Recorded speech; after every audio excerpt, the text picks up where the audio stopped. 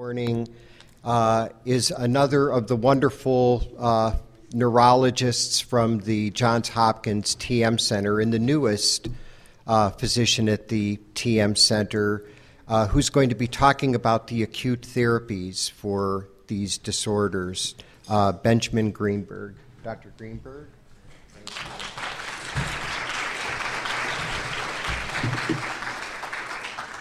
Thank you. Good morning, everyone. I was actually surprised everyone's awake. Hopefully you're having coffee. I am no longer the newest, however. My tenure for that year of being the newest, we finally have brought on a couple other people, so I can say that I'm a senior person now. There's somebody behind me. So I want to talk this morning and put into context. You've been given a lot of information and kind of a crash course, a boot camp, as Sandy refers to it, about neurology and neuroimmunology. And I'm going to be talking about a topic entitled Acute Therapies, but I want to put it into the context of everything you've been hearing all week. So you've had courses from Dr. Pardo, Dr. Irani about neurology, neuroanatomy. So this is the simplified version of everything they talked about. A brain, a spinal cord, and nerves. It's really not as hard as they made it sound. When you're talking about disease and neuroimmunology, there are really just a few stages of the disease. You can talk about acute inflammation, and we've spent a lot of time discussing this, where cells that aren't supposed to be in the nervous system enter and start acting on the neurons. As you've gotten a flavor for, this is a little more complex than just cells entering. There's a variety of factors that are secreted by these cells that we're investigating in terms of how they play a role in the acute injury within a nervous system. But this is what sets things in motion as far as we know. But there are more stages to a disease, as many of the patients in here can ascribe to. Besides that first attack, many people can experience chronic degeneration. So even after the inflammation is gone, there can be changes to the nerves that occur over time. So there is a window of opportunity during the acute phase that then changes to a much different disease. And finally, the good news is your body does do some repair. So if we're talking about demyelination, your body will remyelinate. It's never as good as the original, but it helps.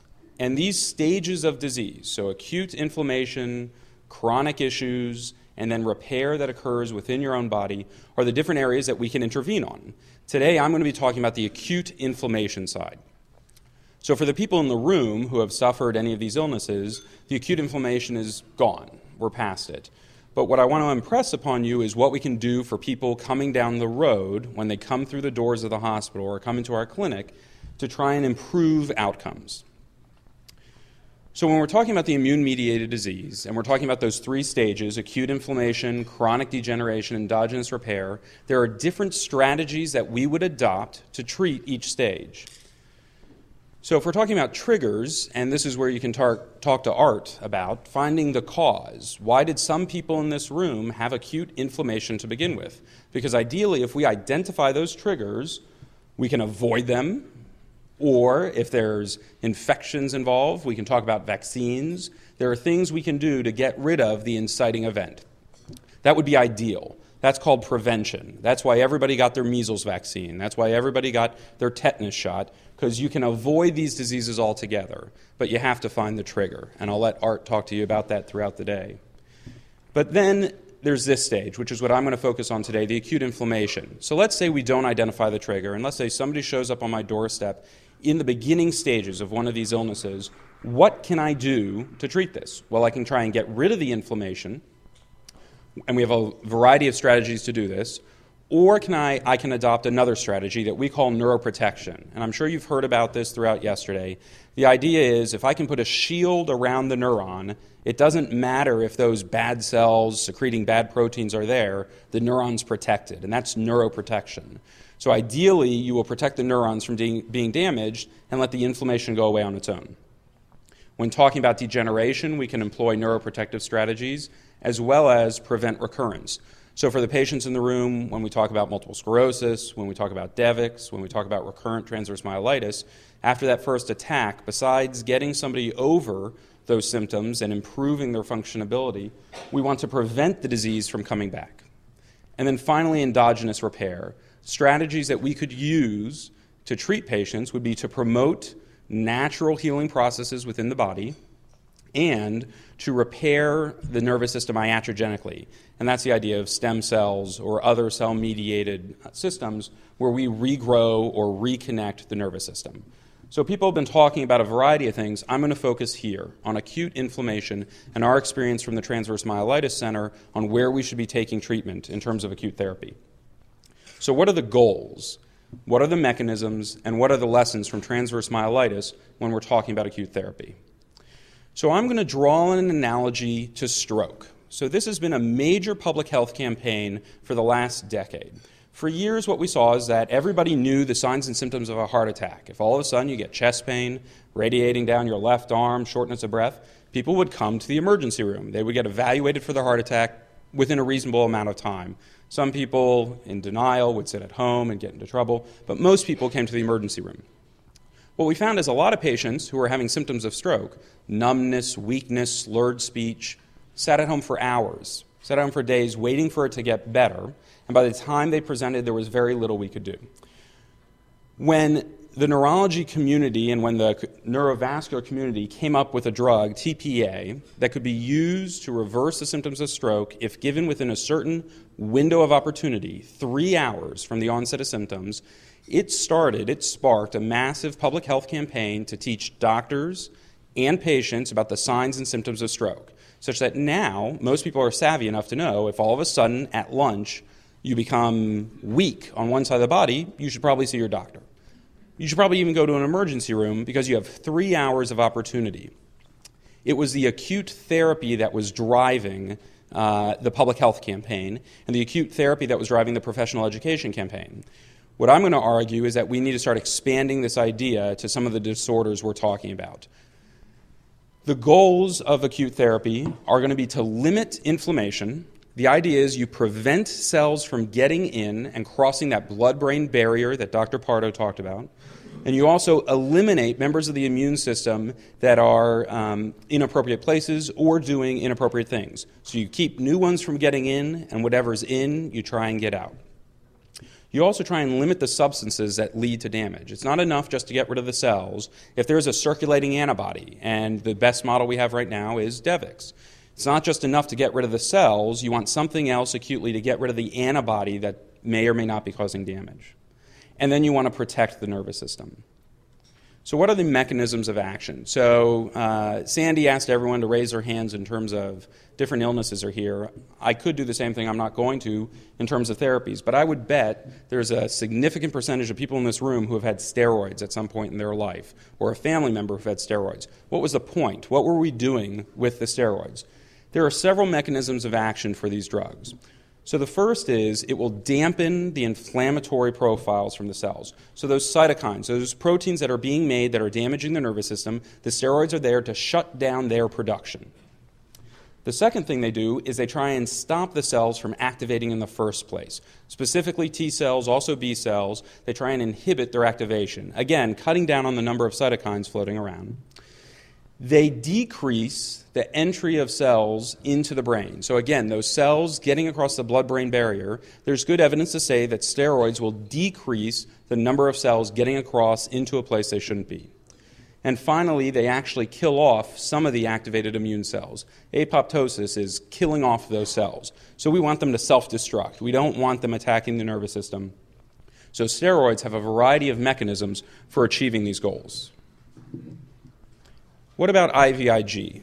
So this is another medication that some people in the room may have been exposed to. IVIG stands for intravenous, through the blood, immunoglobulin. Immunoglobulins are antibodies. So what IVIG is pooled antibodies from thousands of donors. Okay? So when you're getting an IVIG infusion, you're getting exposed to a massive amount of antibodies. And the idea is that these antibodies, when infused, will do several things. One, neutralize pathogenic antibodies. So maybe there's antibody-antibody interactions, and we get rid of the bad ones in you. That the ones we are infusing act like a magnet to suck those up. The next is they may suppress the cells that are producing the antibodies, kind of like a feedback response. So if your body gets flooded with antibodies, the cells in yourself making antibodies say, well, I should shut down, I should stop, there's enough out there. And so the idea is we may be suppressing antibody formation. And then there's a variety of other ways that IVIG gets rid of pathologic or pathogenic antibodies. There are other ways to get rid of these antibodies and the bad actors, and I would bet that there's a variety of people in here who have had plasma exchange at some point in their life. You get a central line placed in a large vein, and for 2 hours you sit hooked up to a machine with blood coming out and some blood coming back in, and within the machine the blood is being cleansed. That's the way we describe it. And basically the machine, the membranes, are there to filter out antibodies and some other proteins circulating in your blood. So if there's an antibody moving around in your system that's causing problems, this is a mechanism to try and get rid of it, to try and clean the blood. And finally, I'm going to talk about cyclophosphamide. This is a chemotherapeutic agent. This is there to destroy the proliferating cells of the immune system. So it'd be great to tell you, if you have an attack of transverse myelitis, you should do XYZ. We've been trying to achieve that for years, but there's a problem when trying to put together trials to prove safety and efficacy. The first is we're limited in the number of clinical trials that have come before us, so we're limited in how to guide us for future trials. And then there's difficulty in designing these. We're at a symposium called Rare Neuroimmunologic Disorders. When something is rare, it is hard to power a study, get enough people into the study to prove that something is statistically significant. And then there's difficulty blinding patients and physicians. It's hard to blind a patient as to whether or not plasmapheresis is occurring. We've done it before. You can do it, but it's a difficult thing to do in a controlled fashion. Then there's heterogeneity within these disorders. You've been hearing this over and over again, that an MS patient is not an MS patient is not an MS patient. A transverse myelitis patient is not a transverse myelitis patient. There are differences, subsets of patients. So how do you define the group that you're going to study? And finally, how do we measure outcomes? How do I tell you if something has succeeded or not?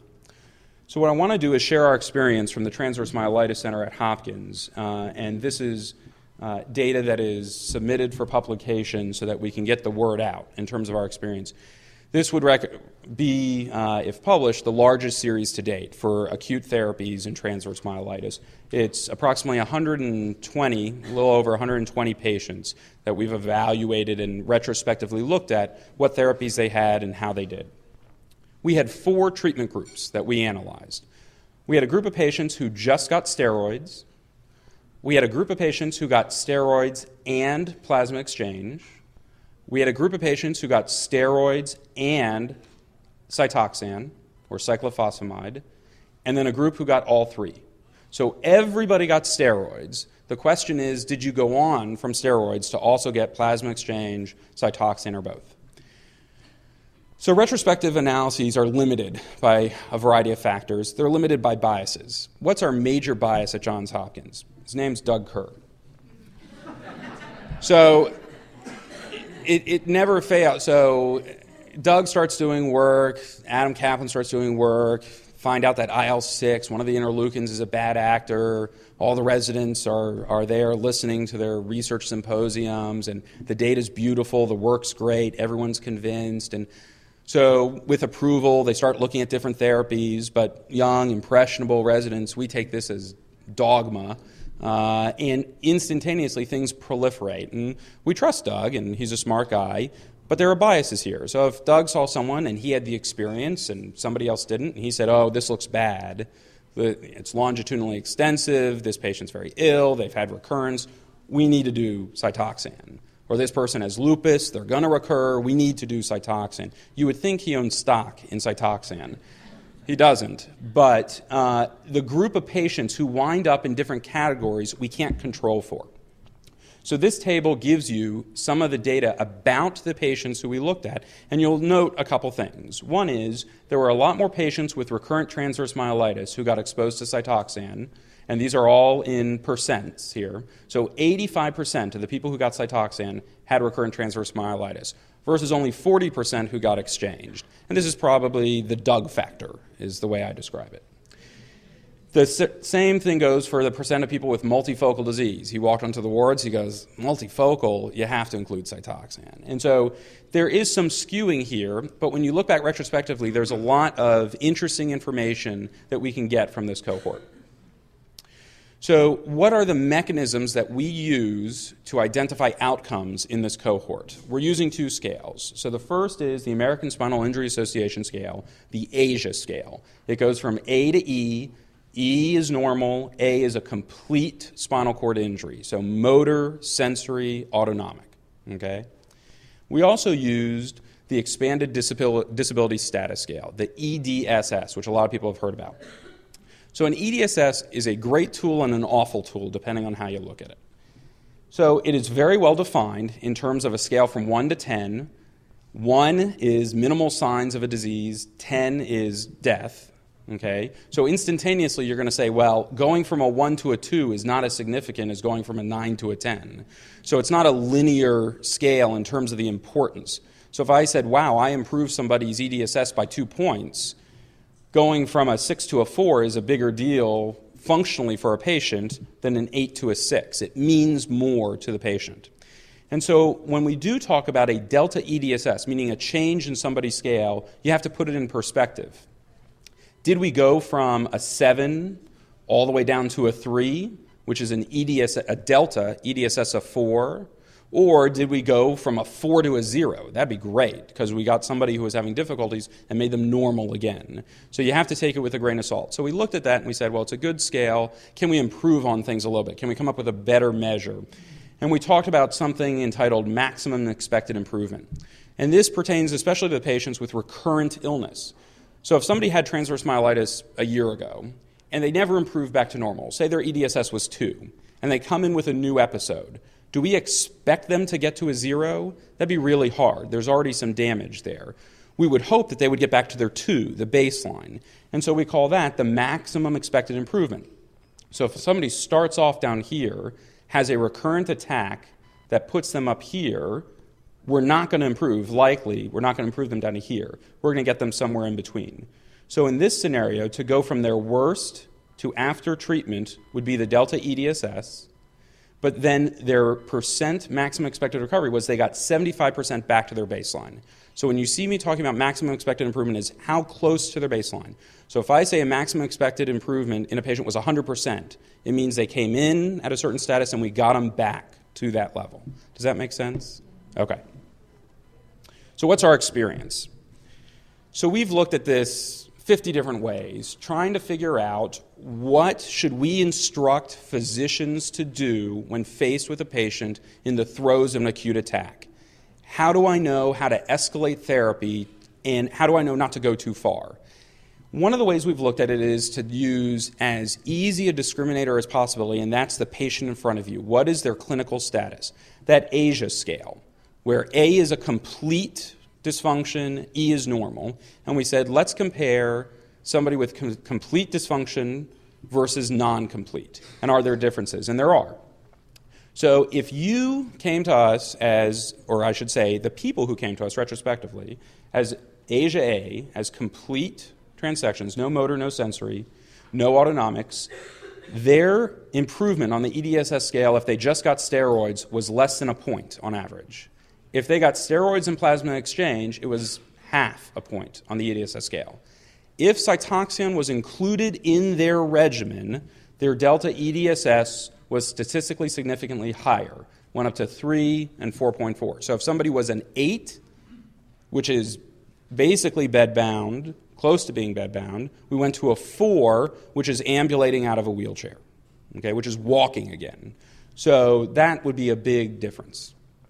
If you were not ASIA A, you had an incomplete spinal cord process, what we saw was that the addition of Cytoxan, and I'm going to ignore this third group for a second because they're a very unique group, but if we added Cytoxan to a regimen of plasma exchange, we didn't get a big additional benefit.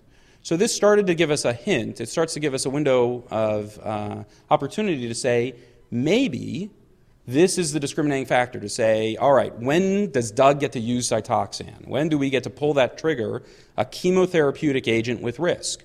This would argue that it's worth the risk if you're an ASIA A, it's not worth the risk if you're not. And it starts to give us some insight into how do we pick therapies in the acute setting.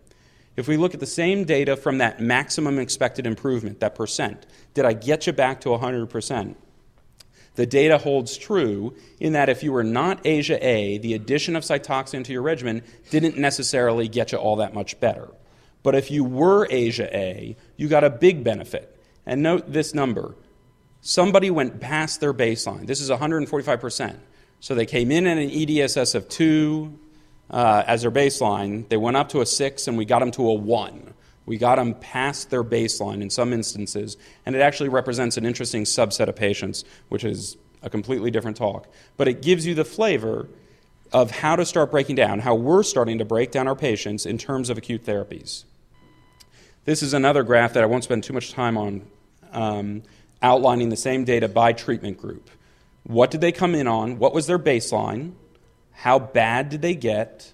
And where did we get them to? So, for example, this Cytoxan group, who got steroids and Cytoxan, at their worst, they were about a 7 or an 8 on average, and we got them down to a 2 or a 3.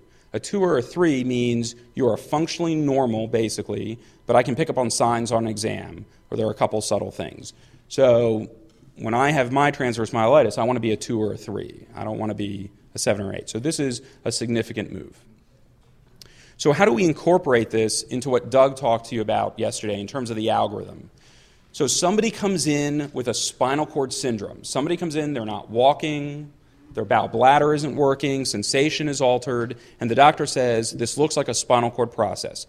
So the consortium group put together, and it's in your notes from Doug's lecture, how we make the diagnosis. You look for compression, you look for something pushing on the cord, you look for vascular issues, you do an MRI, you do a spinal tap, and you look for inflammation. And if you wind up at transverse myelitis, we now want to tack on, what do you do next? So it's analogous to the stroke group.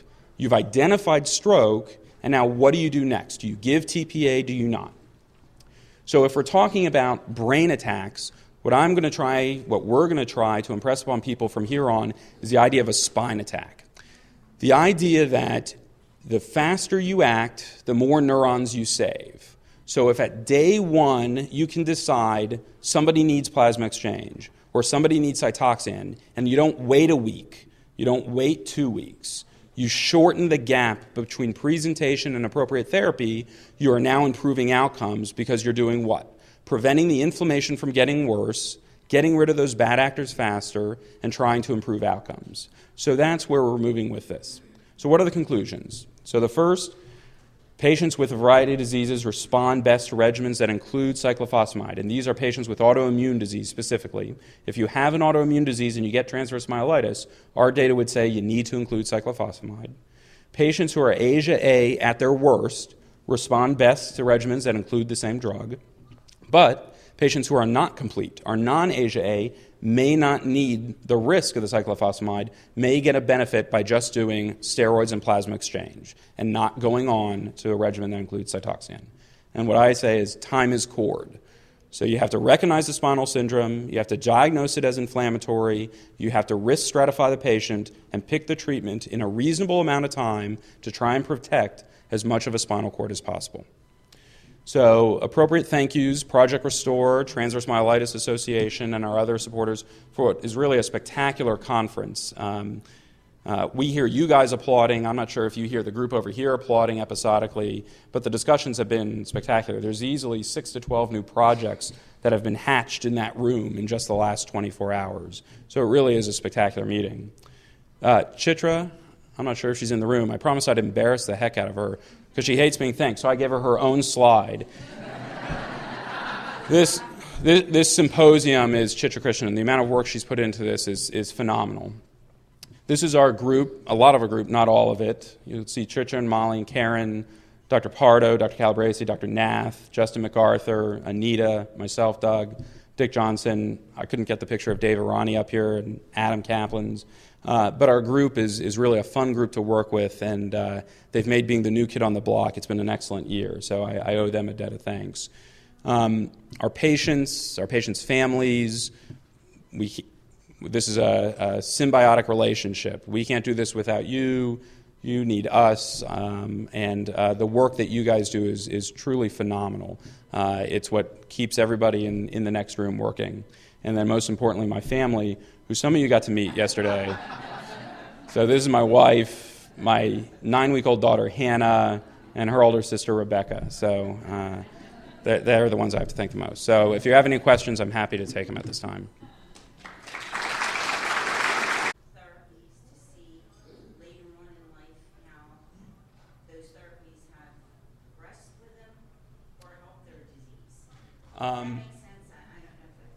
Yeah, so like the long-ranging impacts of these therapies measure how much of dysfunction is due to axon damage and how much is due to just loss of myelin. The optic nerve, so if we're talking about restorative, if I want to test the idea of restoring myelin, the optic nerve presents actually a great place potentially to try it because it's a small area.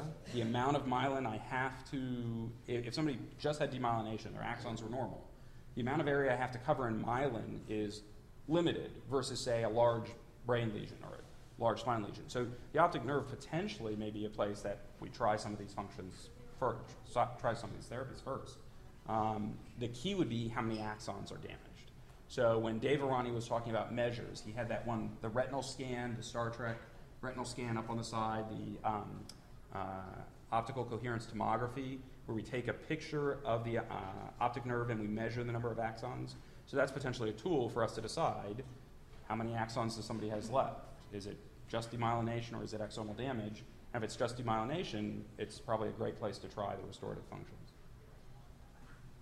Yeah, you can. Yes, Dr. Greenberg has time. Why don't we let this go on? I don't want. That's great. And I can confess my copy. So, Barbara, you pull the trigger when you're ready. You can get a cane. Yes? If the brain attacks has a 3-hour time limit, do you have any idea what kind of time limit there is on spinal cord injury? That's a spectacular question. Yeah, I'm not sure you'll like the answer. It is going to be different per patient. What I can tell you is when we look at our group, and I'm not sure if any of the other physicians here, or Brian can comment on their experiences, our average time to nadir, meaning from the point somebody first has symptoms to their worst, our average was about 5 days. So there are some people who take several weeks, there are some people who go in hours. The average is about 5 days. So if you take that as a marker just in terms of a population, it means you want to hit them before they're nadir. So I'd be saying 48, 72 hours to really get somebody in, do the MRI, do the spinal tap, make the diagnosis, stratify them, and start therapy. And then as you get 72 hours into therapy, make a decision, do you need to progress to the next level? For some patients, nadir is going to be in 12 hours. And if usually, or sometimes, those patients tend to be more severely affected. So they may move through the therapeutic algorithm much more quickly. They may be getting cyclophosphamide 2 days after they present versus waiting 3 or 4. Yes? How many years has Cytoxan been used in therapy? For transverse myelitis, I'd have to look back for the first, or Brian, do you know, I don't know how many years for transverse myelitis. I guarantee it's been over 10 years, 15 years at somebody's project. I don't know if you know that. Oh, so I can guarantee well, actually I can't guarantee. So pretty much everyone gets steroids. And again, this is the experience I've had, and I'm not sure if it's shared. Across the country, the knee-jerk reaction to a transverse myelitis patient is steroids. Pretty much now, standard of care, everybody gets methylprednisolone for their 3 or 5 days. What we're finding, though, is the next step is where people don't have a guide. And if you look at our data, I would actually argue, and again, this is biased retrospective data, that steroids actually can't be the mainstay of therapy. It's got to be at minimum steroids and plasma exchange, or possibly IVIG, depending on how it works out. That steroids alone, even for a non-AGA, may not be enough. That there was a benefit to patients in that non-AGA category when they went on to plasma exchange. So I would argue we need to change that minimum standard. 40 years ago, that probably was steroids, if anything, would be my guess.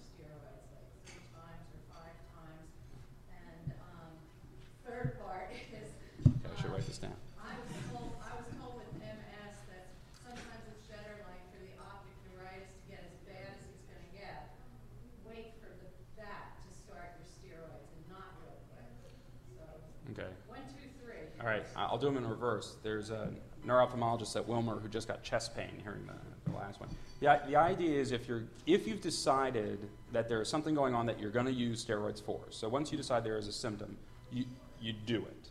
Now, it's not run to the emergency room. We don't have the data to say it's that time window.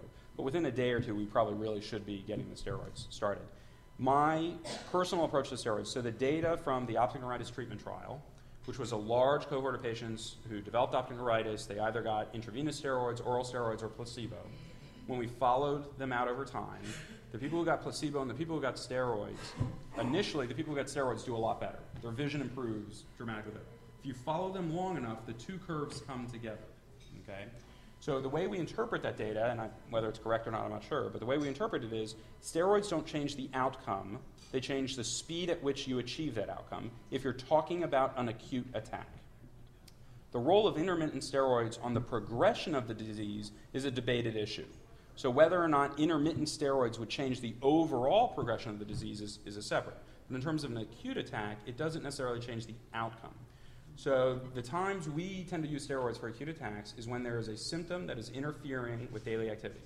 We tend to do it for optic neuritis. We want to protect the vision. If you're not seeing well, it's hard to drive, it's hard to do a lot of things. And we tend to do it for motor symptoms. If there is a pure sensory symptom that is not interfering with daily activities, it's kind of a choice. You have to decide, do you want to go through it or not? I don't necessarily feel it's absolutely necessary, and I tend actually not to, but that's a personal practice issue. And you may hear different approaches to it, but if you take that data of not changing outcome, I tend to hold off until we need it. And in terms of waiting till things are at their worst, I don't know there's any data to say that. If you've decided someone has optic neuritis and you're going to treat it, treat it. Again, save as many axons as you can. The last thing was, do you feel there's a certain amount of times a year that would be like too often? Right. So Barry Bonds has great data on this. So no. There are people who get monthly pulse steroids for a variety of reasons. So we know 12 times a year, the more you do it, there's incremental risk. I'm not sure it's additive, but every time you get steroids, there are certain risks. Yeah, we don't have the data. Every time we've done it with a standard dose, and so we don't know what the lower dose necessarily would do. There was an interesting phenomenon in the optic neuritis treatment trial. The people who got oral steroids did worse than placebo. So when we use steroids for an MS flare, it's intravenous. It starts off intravenous. We don't just do oral. People argue about this data. We don't know what to do with it. There are lots of theories, whether it's a statistical issue or a true phenomenon, but we're all scared in terms of just doing oral. So if we're going to do it, we do intravenous, and you can probably have it several times a year if needed. Yeah? My native for being paralyzed was about 4 weeks. Mm-hmm.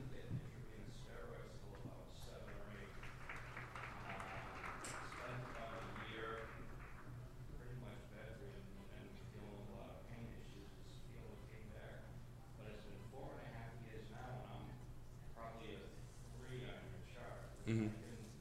Short distance, most of the time walk fairly normal, even though I don't feel like it, but I can appear like it.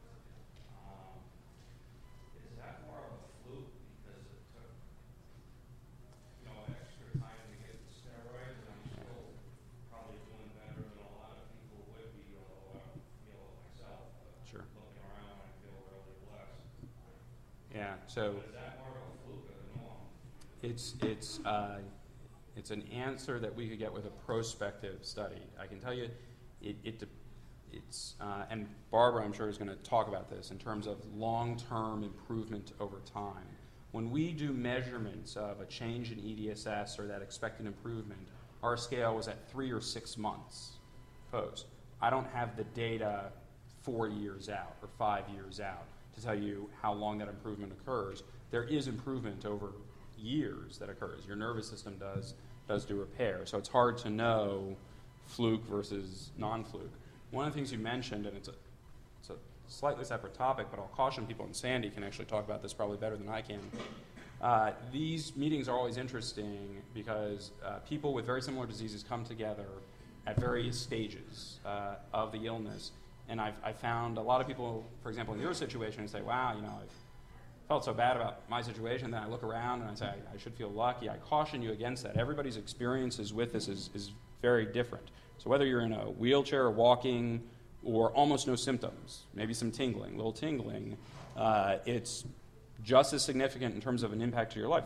You can't compare these things, but it's a change of life, and just that, change of life is enough that we don't necessarily have to compare. Sharing the stories and sharing what helps and what doesn't is good, but I caution everybody in the room about feelings of guilt in terms of what you've experienced versus somebody else.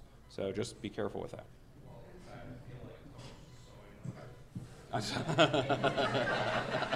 Well, then fine. You're all right. Yeah.